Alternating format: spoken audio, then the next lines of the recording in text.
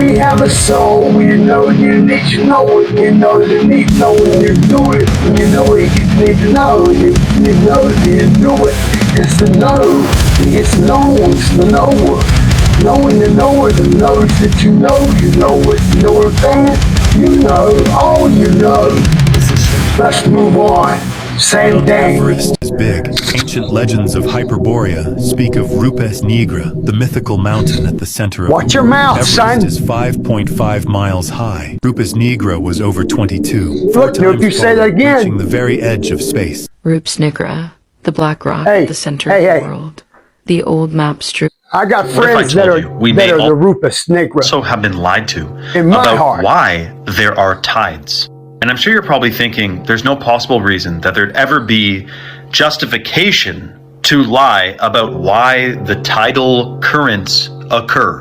But after watching this video, I can guarantee it will start making sense. Now, according to the official academia, including McGraw-Hill, the textbooks we all studied from in school, the way the tide works, McGraw-Hill, by the way, is owned by Pergamon Press, which is called Satan's Throne in a biblical translation, and it's owned by Robert Maxwell, which is Ghislaine Maxwell's father, but we'll save that for another video. Not anymore! According to the official story, tides are caused by the moon's gravitational pull. Now, despite the moon having many phases, the tides are entirely consistent. Every day, there are tides coming in and out. Even if the moon is not out, if it's a full moon, or if it's a sliver toenail moon, doesn't affect, the tides are tiding no matter what. But if the moon's gravitational field is what causes tides, then how come in the Mediterranean Sea, the Black Sea, the Caspian Sea, and other massive lakes, like the Great Lakes, there are no tides? You'd think such a massive ocean would have tides, significant, similar to the big oceans, but that's not the case. Why? This is where it gets a little bit shocking. According to ancient civilizations who all believed the Earth to be quite a different shape than what NASA claims it is, there is said to be at the North Pole, which we can't go to, a gigantic mountain called Mount Meru, also known as Black Rock. It is a giant magnetic mountain, apparently. And there's said to be 4 rivers coming out of it. Notice also the 4 quadrants here. You have the Microsoft logo, which is also 4 quadrants. We have many corporate logos depicting 4 quadrants, perhaps in reference to this. We know they like to hide things in plain sight. But what they believed is that there is a vortex energy field at the center of the known Earth in their mind, which pulls the water in and pushes it out, pumping like a heartbeat, using electromagnetism, and the salinity in the ocean, of course, is highly conductive. And what adds credence to this, some of the roughest oceans in the world are closest to the North Pole, where the source of this pulling and pushing force would be, like the Bering Sea, which is the most violent sea there is. Lastly, I will say, Nikola Tesla believed gravity to be a shaky theory at best, and he believed the world ran on electromagnetism and relativity, not gravity. Now, if you want to see me live... Not gravity running on what we run on. I think we all know how beautiful life can be. They come through and say, I'd like to hide something. What are you hiding? Something from you. Could you hold it? And hide it right in front of you, right in front of your hide. He's talking about the Rupes Nigra, in case anybody wants to know. Rupes Nigra. Check it out. Coming to a local theater near you. Ow. Oh.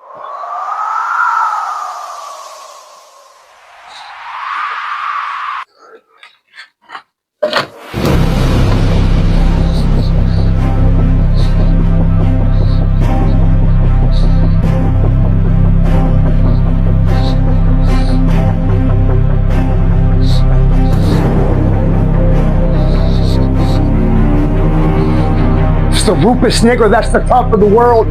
Not really. It's a lot bigger than you think. It's probably just one big storm around this rock that we want to live around. And it's way rounder than you think. You know what I'm saying? Mars is like 200 United States away. They need a rocket to get there. You know what I'm saying? Don't think that doesn't happen. That's the CERN. Not really. That's the natural CERN. You don't know. You don't know. They're not telling you. You don't know. Who knows these things? But look into it. Watch this before it's taken down.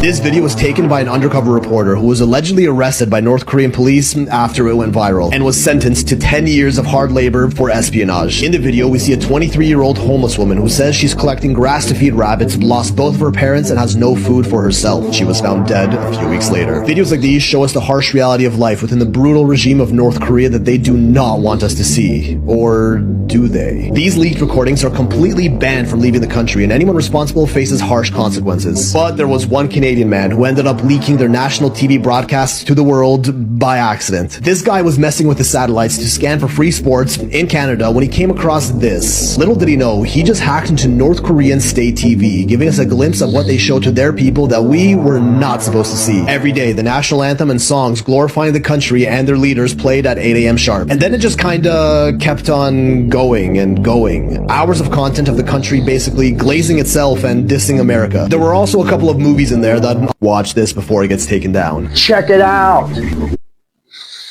There's people where you ain't been. Just thought I'd let you know. Here we go. There are weapons that we have that will do 64,000 people a second with a laser through the medulla. 64,000 people a second. And those are run by I'm getting in trouble now. You better, yes you are. You are. It's doing this for everyone on Earth. And when you go inside the house, it's tracking you by infrared. There is no such thing as anonymity. There is no such thing as hiding. There is no such thing as escaping. They can see your infrared. They know where you are. They can see your face. There are weapons that we have that will do 64,000 They can see you when you get seen. Don't you ever forget. They're looking at you when you don't think they're looking at you. And who's they? They're going to be you. That's what this whole thing's about. That's what I'm trying to tell you. Pay attention. Here we go. We're going to tap into this thing. We're going to get going. We're going to learn together. I don't know what's going on. Do you know what's going on? Are you looking into the numbers? Are you running the quantum physics? Huh? You looking into the supercomputers and the batteries and the coal and the stuff and the things? It's getting deep, people. Here we go. Play a game. I'm going to name off some random people and you tell me how many random coincidences there are. So this is Let's go. Petronov. Apparently, he created a plasma battery that powered his 2-story house for 16 months. In 2010, he went to a bakery, and that's the last time the world ever saw him. Coincidentally, this is Zachary Warfield. He was also working on a plasma battery. He even met. He's awful young to be working on stuff. Notes. He died in a crazy boating accident. Stefan Marinov was the leader of the European free energy movement. Apparently, they made a ton of headway. He had a breakthrough, but he fell out of a window. What? Oh, by the way, if you've already seen this video, it's because I posted one and it got pulled down for community guidelines. I'm appealing it. It might come back up, but I figured I'd make it again. John Mullen was a nuclear physicist that worked with one of the largest military contractors in the world. He discovered something big, but then died of arsenic poisoning. But don't worry, his girlfriend was the suspect. They actually found her dead in her apartment as well. Well, that's the end of that. No other suspects. Okay, case closed. This is Eugene Malov. He's an expert physicist that claimed to have a prototype of a free energy device that utilized cold fusion. You're never going to believe this. The day... Let's play a game. I'm going to name... Oh, we played the game. They know some people that know some stuff. Don't think people aren't disappearing. Careful! Look out behind you! Oh! Sorry about that. I'm going to... Oh, I've been going the wrong way the whole time? Oh, man. I don't exist. So they're all characters that I've played, including Jim Carrey, including Joel Barish, including any of those things. They're all characters. Jim Carrey was a less intentional character because I thought I was just building something that people would like, but it was a character. I played the guy that was free from concern so that people who watched me would be free from concern. So I was free from concern. Thank you, Jim Carrey and the mask. Let's get into I suspect, Melania conspiracy time. I suspect that Melania has been whispering in Trump's ear. I think she was trafficked before. Either bad trafficked or good, or just like knew Epstein and knew that world a little bit. But I suspect that she's been whispering in his ear about what that really is and does and all that things. Because she's been acting from the back a lot. But when you really dig into what Melania's been doing, she's very active in anti-trafficking and in protecting traffic victims and girls. And as Trump, when he married her, and then they have Barron, and he's watching his son grow up. So you have this young child, and you have this wife telling you about her previous life, probably, and just whispering in your ear that this could be your life, this could be your legacy, right? Because he used to be friends with those people, even though I don't think he was blackmailed, because I think that would have come out when the Democrats were going for him. Right. And maybe he was involved in the trafficking a little bit because of the things that he bought and the people that he knew and Ray Cohn connections, but I don't even know about that. But regardless, he knows the game. And then he marries Melania. And then more and more, like, he was in charge when Epstein went down. Mm-hmm. He was the only one that when Epstein got arrested and they were going around asking for dirt, he was like, I'll fully fucking cooperate. Fuck that guy. I'll tell you everything that I know. Mm-hmm. And so I suspect that Melania has been instrumental in his shift to being the only guy willing to go after those traffickers. Oh, she can't drive in traffic. February 19th, Obama says aliens are real on a podcast. It goes viral. He didn't mean it. February 20th, knee-deep in the Epstein stuff, a week before the Iran stuff. Trump goes, hey, look at the shiny object. I've directed the Pentagon to release UFO files. We're going to give you transparency. Trying to get the attention off the fucking story. With February 27th, General McCaslin is reported to disappear in the hours before the Iran invasion. He's the wildest one in this whole case, by the way. That's what really sent this thing. Because then, shortly after that, in March, the Daily Mail investigation begins. They aggregate 3 to 4 years of these separate cases, put it into one pattern, and then you get all the way to April 15th, when the Amy Eskridge story is coming out. So we have 11. I say this because you do wonder about trying to create another potential shiny object for all of us to look at and say, ooh, look at that, you know, get our mind off the stuff that matters. And then people don't talk about the giant satanic file ring that seemed to be operating with. They're not going to talk about the giant soil and conducting arms deals for a fucking super government of Bilderbergers and Rothschilds and bankers around the world to fund all the wars where we all die and everybody's happy. I don't know. That's just me. But hey, aliens are real. Aliens are real. February 19th, Obama says aliens are real on a. That's right. Aliens are real and we're them. Welcome to yourself.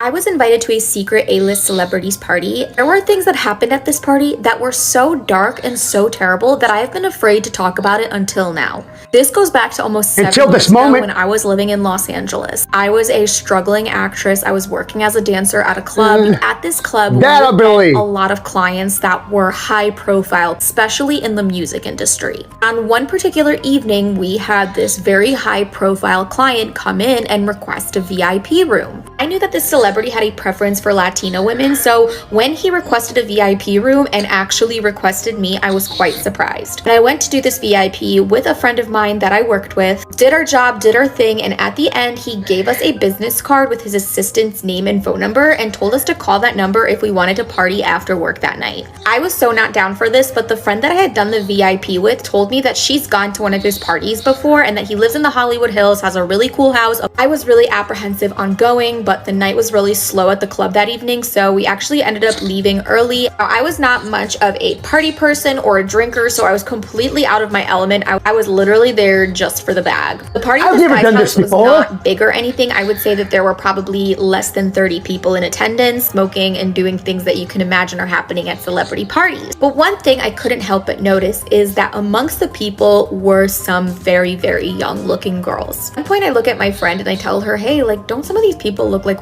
way too young? That is when my friend told me that the assistant at the club wasn't the A-list celebrity's assistant. This guy is a recruiter. Basically what this person does is goes to parties, goes to clubs, and finds girls in a certain age range. That these young girls were being recruited to go to these parties not to just hang out, but to engage in other unlawful things. This is actually not something completely uncommon in Los Angeles. In fact, this is something that happens a lot. I was completely dumbfounded and disgusted. I ended up leaving that night and never looking back on the whole situation until years later I saw in a tabloid an accusation being made against this very celebrity of doing exactly what I just told you guys. They did it, and she got done to her. I was invited to Everybody said thank you. I was invited to a secret. I'm not a part of this satanic organization anymore. I believe this guy. I've switched sides. I am the good guy now. When my dad died, he basically said that he wasn't going to be buried in his ceremonial attire, and he gave it to me. What did that mean? It meant that he was kind of condemning the rites and the orders. And so I was free to come out and talk to you guys, and that's what I've been doing. I've been telling you guys the truth about what's happening. That's what's been going on, what I've been telling you. The whole time it's going on. Okay, someone figured out if you're watching Fox News and you look at the little bottom corner of the screen and you reverse the image, then about every 30 seconds, you're going to see the words. And you know they love inverting, reversing things, right? You got to look at things. Sometimes if you play music backwards, you'll hear different audio, right? It's all about the conditioning and the programming. Well, if you look, it says every 30 seconds, war and evil won, which of course it's live and raw now, but it's very interesting that if you just reverse it, they're telling you another side of the story. Some people, though, this will not compute. It doesn't make sense. They wouldn't do such a thing when they don't know maybe how much is hidden in plain sight. And the way the human mind works with repetition and subliminal programming. We all know that there used to be propaganda. That's not a consideration. Everyone knows, yes, of course, propaganda was a thing. But to think that it's happening now on our television networks and whatnot is like far out of a thought. And that is based on zero evidence. Bam! Zero evidence for that. The Americans told me in 2001 that if I told them where the Arabs were, I could grow all the poppy I wanted. I said, what Americans told you could grow poppy? We went to Kandahar, did some meetings. When we got to Lashkar Gah, as you're landing, as far as the eye could see, all you see is heroin poppy. You see it, I see it, you see it, I see it. To the poppy fields. All I see. Find a farmer, and I want to talk to him. So I had security, I had a translator, Pashto translator. We just drive out into the fields, and sure enough, we stumble on a poppy farmer. And I asked him a very naive question.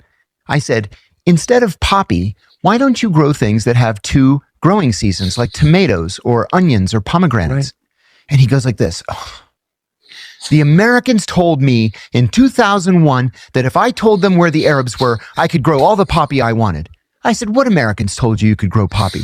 And just as I said the question, my military handler pulls me by the arm and he says, we're under threat. We have to go back to the base. I never got an answer. We got back into the Jeep and they took me back to the helicopter. I flew back to Bagram. So, actually, like out of a movie. So I come back to Washington and I said to the chief investigator, I said, I'm onto something here. This is not good. So I wrote it all up just as I collected it. Well, I had a friend at DEA, the Drug Enforcement Administration, and I called him. I said, listen, I'm going to send you a paper, eyes only. I just want your thoughts on it before I send it to John Kerry. So he calls me back a couple days later and he says, buddy, you know you're not going to get this paper published, right? I said, why not? He said, Afghanistan produces 93% of the world's heroin. Almost all of that heroin goes to Iran and Russia, and we want them to be addicted to heroin. It weakens their societies. And I never got it published. Well, fast forward years later. That's disgusting. We've got a fentanyl epidemic in this country. That fentanyl is coming from China and Mexico. They want us to be addicted to fentanyl because it weakens our society. And that's why we're in the predicament that we're in. So you believe that the U.S. government allowed poppy production in Afghanistan in order to weaken Iran and Russia? I do. And the reason I have come to that conclusion is not because I'm any smarter than anybody else, but do you know how much of the world's heroin was produced in Afghanistan in the last year of Taliban rule, 2000? Not too much. Zero. None. They didn't grow any, not only did they not grow any heroin poppy in 2000, they were a net food exporter to Iran and to Pakistan. And as soon as we took over, it was all about the heroin. All about the entertainment aliens? purposes only. What are the aliens? Where are the aliens? Like, why don't we see them? Where are they, Fermi? But I've not seen any evidence of it. Where are they, Fermi? 6,000 satellites in orbit, and not once have we had to maneuver around an alien spacecraft. Right. But on this Earth, the U.S. military has had to do a lot of maneuvering around objects they can't explain. I mean, there's always a bunch of classified programs that are underway of new aircraft and new missiles and things. So that are classified even within the military. So it's, you know, only if you have the top secret compartmented clearance would you know about this new program. So then, you know, some pilot sees something fast, moving fast, and says, hey, I saw a UFO. I'm like, yeah, that was actually a new weapons program, but we can't tell you that. The split second I see any evidence of aliens, I will immediately post that on the X platform, and it'll probably be our #1 post of all time. That'll be your biggest day. Yeah, for sure. I think you know that we all need to know, and we have to know, so we'll be knows the knower knows what to know, and you knowing all the knows. God's on his way back. Get ready. Here he comes, people. God's on his way. He loves you. Coming back for you. And they know it. And they know. Please leave a comment. I need to hear from you guys. Tell me what you think. How to improve. It's up to us to make the change. It's up to you to leave the comment. Thanks for watching. Whoever made it this far, put your name below. Thank you. News to know.